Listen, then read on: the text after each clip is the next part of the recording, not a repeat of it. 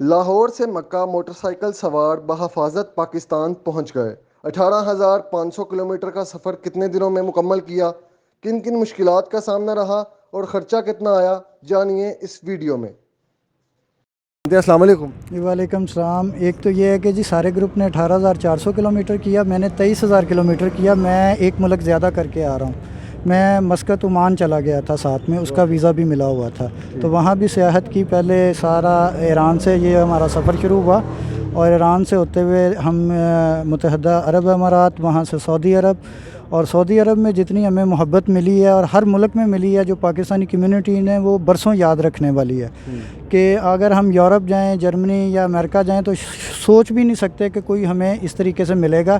جو golf country میں ہمارے پاکستانی بھائی کام کر رہے ہیں، انہوں کا ایک تو سینہ اور دل بہت بڑا ہوا ہمیں اس بائک کے اوپر دیکھ کے، اور دوسرا انہوں نے جس طرح محبتیں دی ہیں وہ یاد رکھنے والی ہے۔ اس کے ساتھ ساتھ لوکل کمیونٹیز نے ہمیں بہت زیادہ سراہا۔ ہماری جو ایمبیسیز نے، ہمارے جو لوکل وہاں کی کمیونٹیز پاکستانیوں کی بنی ہوئی ہیں، وہ بہت زیادہ انہوں نے خوشی کا اظہار کیا اس پہ۔ سفر کا آغاز کب کیا اور کن کن راستوں سے ہوتے ہوئے گئے، کن ممالک سے ہوتے ہوئے گئے؟ 6 جنوری کو جی سفر کا آغاز کیا تھا۔ لاہور سے ہم کوئٹہ پہنچے 6 دن میں، اور وہاں سے کوئٹہ سے ہم تافتان کے ذریعے بارڈر ہم نے پار کیا۔ تو تافتان کے بارڈر پہ بھی اور ایران کے بارڈر پہ بھی بڑا اچھا ہمیں استقبال ملا۔ تو وہاں سے ہم نے سفر آگے اپنا جاری رکھا بندر عباس تک۔ اس کے لیے ہمیں 3 دن مزید لگے۔ تو بندر عباس سے ہم، کیونکہ ایران کا جو خشکی کا راستہ ہے وہ جن ممالک سے جاتا ہے، وہ ممالک ہمارے واپسی پہ تھے، تو ہم نے یہاں سے شپ کے ذریعے اپنی بائک اور اپنے سامان کو شارجہ شفٹ کیا۔ تو شارجہ کے بعد ہم نے کچھ دن دبئی میں گزارے۔ تو دبئی میں، شارجہ میں، ابوظہبی میں پاکستان ہاؤس، پاکستان ایمبیسی، قونصل خانہ نے ہمیں انوائٹ کیا، ڈنر دیا۔ اس کے علاوہ پاکستان ایسوسی ایشن دبئی نے ہمارے بڑا اچھا ہوسٹ کیا۔ پھر لوکل کمیونٹیز اور اس طرح جو کلب بنے ہوئے ہیں، انہوں نے بڑا اچھا ہمارا استقبال کیا۔ تو چند کچھ مزید دن گزارنے کے بعد ہم بطحہ کے بارڈر سے سعودی عرب داخل ہوئے، اور وہاں سے تقریباً 1100 کلومیٹر کا سفر کرتے ہوئے ہم طائف پہنچے۔ تو طائف سے ہم نے احرام باندھا، اور جو اصل ہمارے سفر کا مقصد تھا سفر نور، عمرے کی سعادت حاصل کرنا، تو ہم نے عمرہ کیا۔ اس کے بعد پھر مدینہ شریف اور پھر جدہ۔ تو اس کے بعد ہمیں جو ویزا اس دفعہ ملا وہ عمرے کے ویزے سے ہٹ کے تھا، وہ وزٹ ویزا تھا، اور پورے سعودی عرب کی جتنے بھی شہر تھے وہ ہمیں اس کا فائدہ یہ ہوا کہ ہم نے ایکسپلور کیے۔ کیا مناظر تھے جب روضہ رسول پر آپ کی نظر پڑی، خانہ کعبہ پر آپ کی نظر پڑی؟ کیا دل میں کیا جذبات تھے؟ میں بتاؤں جی، اس سے پہلے بھی میں خانہ کعبہ اور روضہ رسول پہ کافی دفعہ جا چکا ہوں، لیکن بچپن کی ایک خواہش تھی کہ پیدل کے جس طرح حاجی جاتے ہیں تو نبی کریم صلی اللہ علیہ وسلم کے روضہ پہ حاضری دی جائے، کہ ہر اٹھنے والا قدم آپ صلی اللہ علیہ وسلم کی خدمت میں پیش کیا جائے۔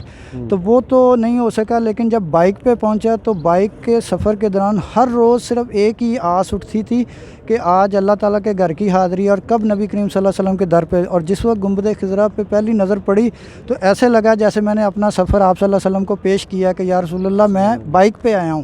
اور وہاں کے لوگوں کی جو محبتیں مجھے ملی ہیں، وہ ایسے ہی لگا رہا تھا کہ نبی کریم صلی اللہ علیہ وسلم خود میزبانی فرما رہے ہیں۔ اور مدینہ شریف میں رہتے ہوئے آپ کو عجیب بات بتاؤں، جب ہم نے اپنا ٹریول ایکسپینس سارا کیلکولیٹ کیا، تو جب مدینہ شہر کی باری آئی تو میں کہا اس کو کیوں کیلکولیٹ کروں، وہاں تو ہمارے بڑے بیٹھے ہیں، ہمارے آقا بیٹھے ہیں، تو وہ تو ان کے ذمے۔ تو 25 دن مدینہ شریف میں گزارے، ماں سوائے پیٹرول کے ہمارا 1 روپے نہیں خرچ آیا، نہ رہائش پہ، نہ کھانے پہ، نہ پینے پہ۔ تو یہ نبی کریم صلی اللہ علیہ وسلم کی ان کی طرف سے ہمارے لیے تحفہ تھا۔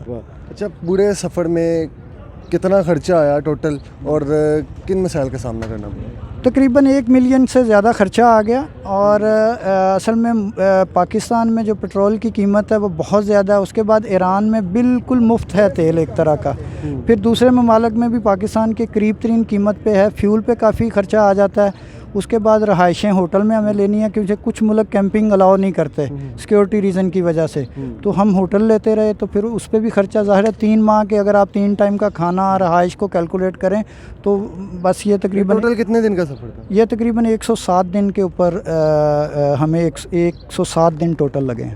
لوگوں کے کیا جذبات تھے, لوگوں کی طرف سے کس طرح سے ویلکم کیا گیا آپ کو, اور کیا تاثرات تھے وہاں کے لوگوں کے, غیر ملکی جو تھے, آج جب آپ انہیں بتاتے رہے کہ ہم بائک پر آئے ہیں تو ان کی طرف سے اپریشیٹ کیا جاتا تھا؟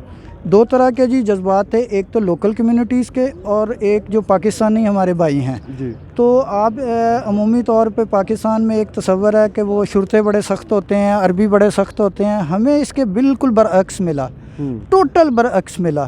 یعنی جو پاکستانی محبت تو یہ ہے کہ آپ بائک پہ جا رہے ہیں تو یکدم ٹرک والا ہارن دینے شروع کر دیا ہے, ویگن والے نے ہارن دینا ہے کہ وہ ہمیں روکتا ہے, سائڈ پہ کرتا ہے, پانی پیش کرتا ہے, کھانا پیش کرتا ہے اور کہتا ہے جی میرے گھر چلیں رہیں. یہ تو پاکستانیوں کی محبت ہو گئی. ظاہر ہے پردیش میں تو اپنے دیش کا بندہ ویسے ہی بڑا پیارا لگتا ہے, لیکن اس سے ہٹ کے آپ کو بات بتائیں کہ عرب لوگوں نے جو ہمارے ساتھ محبت کی ہے وہ ہم ساری زندگی نہیں بھول سکتے. کہ اپنی فیملی کے ساتھ ہوتے ہیں, کھڑے کر کے انہوں نے تصویریں بناتے تھے, پھر کہتے تھے کہ آج کی دعوت ہماری قبول کریں. اور کتنی راتیں ہم نے عرب لوگوں کے گھروں میں گزاری ہیں, اور انہوں نے جو کھانا ہے اور جس طرح کے ہمیں وہ دعوتیں دی ہیں, شاید ہم جنت میں جا کے کھانے کھائیں.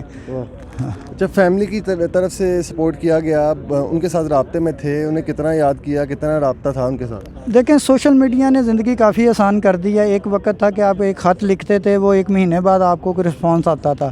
تو اب پل پل کی خبر ادھر سے ادھر, ادھر سے ادھر آنے میں کچھ بھی نہیں وقت لگتا. تو روز واٹس ایپ پہ یا سوشل میڈیا پلیٹ فارم پہ اپنی تصویریں بھی شیئر ہو جاتی تھی, بچوں سے, گھر والوں سے, بھائیوں سے, اہلیہ سے, سب سے بات ہو جاتی تھی, جس سے ایک تسلی رہتی تھی. اور دوسرا یہ تھا کہ ہمارے سفر کو بہت زیادہ ہائپ ملی, بہت زیادہ اس کو چینلز پہ ہائی لائٹ کیا گیا.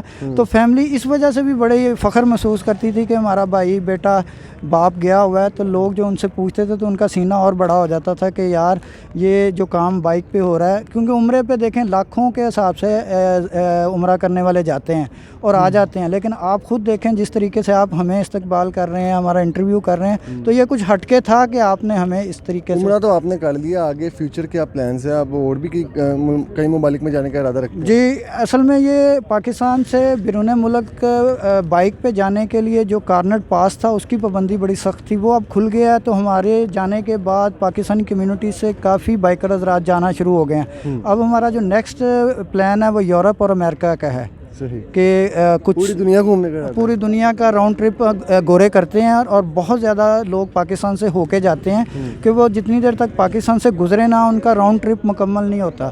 تو ہماری بھی خواہش ہے کہ ہم پاکستان سے اس چیز کو کریں کہ پوری دنیا کا گلوب راؤنڈ ٹرپ کریں. اچھا, جو لوگ آپ کی طرف دیکھ کے موٹیویٹ ہو رہے ہیں یا آپ کی طرف دیکھ کے وہ بھی ایسے بائک پر سفر کرنا چاہ رہے ہیں آؤٹ آف کنٹری کا, انہیں کیا میسیج دینا چاہیں گے؟ دیکھیں جی روز ہمیں کالز آ رہی ہیں ینگ لوگوں کی, فیملیز کی, کہ جی ہم گاڑیوں پہ جانا چاہتے ہیں. تو اس میں چاہوں گا کہ گورنمنٹ اگر تھوڑی سی اس چیز کی سرپرستی کرے. ایک تو یہ ہے کہ سب سے پہلے تو فیری سروس سٹارٹ کرے گوادر سے اور کراچی سے. اس میں یہ ہے کہ عمرے کا اور گلف کنٹریز کا خرچہ کافی کم ہو جائے گا. دوسرا یہ ہے کہ یہاں سے سیاحت ادھر جائے گی بھی اور ادھر سے سیاحت کے والے لوگ ادھر آئیں گے بھی. دیکھیں ایران سے فیری سروس جاتی ہے دبئی, تو کتنا ٹورسٹ اس حوالے سے ادھر جاتا ہے, بزنس جاتا ہے, ان کے ڈیلی فوڈ کی کتنی ورائٹیز فریش وہاں پہنچتی ہے. پاکستان کی قسمت دیکھیں کہ ساحل کے اوپر ہونے کے باوجود ہمیں عمان کی لائٹیں اپنے گوادر سے نظر آتی ہیں, لیکن نہ کوئی فیری سروس ہے, نہ کوئی حج اور عمرہ والوں کے لیے یہ سہولت ہے. تو میں پاکستان کی گورنمنٹ کو کہوں گا کہ جو بھی اس کو ارباب اختیار ہیں اس چیز کے اوپر ضرور کام کریں کہ اس سیاحت کے اس دروازے کو بھی کھولیں, کہ اب بندے اپنی گاڑیاں رکھ کے فیری پہ GCC کنٹری جائیں, وہاں سے پوری سیاحت کر کے عمرہ کر کے واپس آ سکیں. بہت شکریہ جی. ناظرین, یہ تھے شاہد صاحب, آپ نے ان کی گفتگو ملاحظہ کی. مزید اپڈیٹس کے لیے ہمارے ساتھ رہیے. اللہ نگہبان.